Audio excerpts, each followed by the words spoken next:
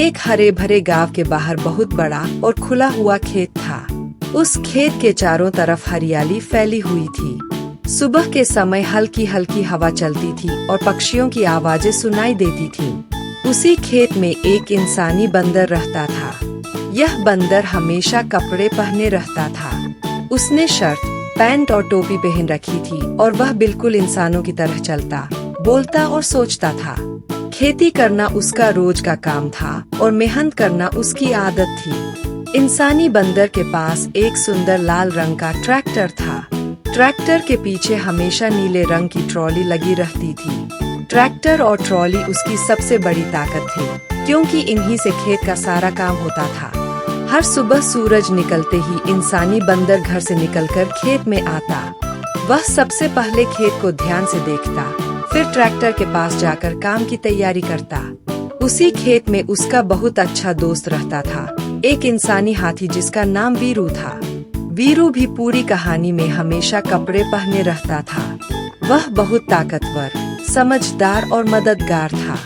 जब भी खेत में कोई भारी काम होता, वीरू तुरंत मदद के लिए आ जाता। इंसानी बंदर और हाथी वीरू दोनों मिलकर काम करते थे और एक दूसरे की बहुत इज्जत करते थे। एक दिन सुबह इंसानी बंदर ने लाल ट्रैक्टर स्टार्ट करने की कोशिश की। ट्रैक्टर से आवाज तो आई, लेकिन वह स्टार्ट नहीं हुआ। इंसानी बंदर थोड़ा परेशान हुआ, लेकिन उसने हार नहीं मानी। उसने सोचा कि मेहनत से हर समस्या का हल निकलता है। वह ट्रैक्टर से नीचे उतरा और ध्यान से इंजन देखने लगा। हाथी वीरू भी पास आ गया। वीरू ने अपनी सूंड से नीली ट्रॉली को पकड़कर संभाल लिया ताकि ट्रैक्टर हिल न सके। इंसानी बंदर ने औजार निकाले और ट्रैक्टर को ठीक करने लगा। थोड़ी देर मेहनत करने के बाद ट्रैक्टर ठीक हो गया और तेज आवाज के साथ स्टार्ट हो गया। दोनों दोस्त बहुत खुश हो गए।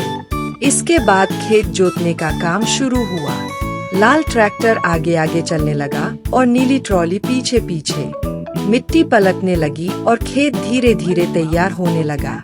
हाथी वीरू भी साथ साथ चलता रहा और जहाँ जरूरत पड़ी वहाँ पत्थर और मिट्टी हटाता रहा।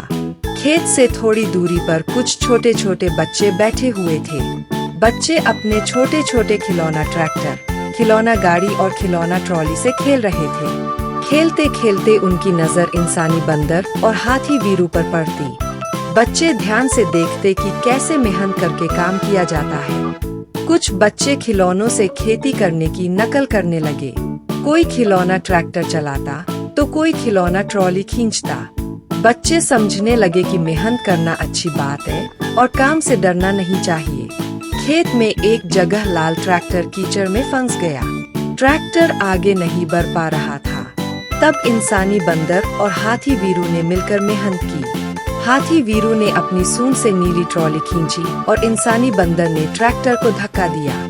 थोड़ी कोशिश के बाद ट्रैक्टर बाहर निकल आया। यह देखकर बच्चे बहुत खुश हुए और ताली बजाने लगे। धीरे धीरे पूरा खेत अच्छे से जोत दिया गया। काम पूरा होने के बाद इंसानी बंदर ने सुकून की सांस ली और हाथी वीरू मुस्कुराया। शाम होने लगी। सूरज धीरे धीरे ढल गया। लाल ट्रैक्टर और नीली ट्रॉली को एक तरफ खड़ा कर दिया गया।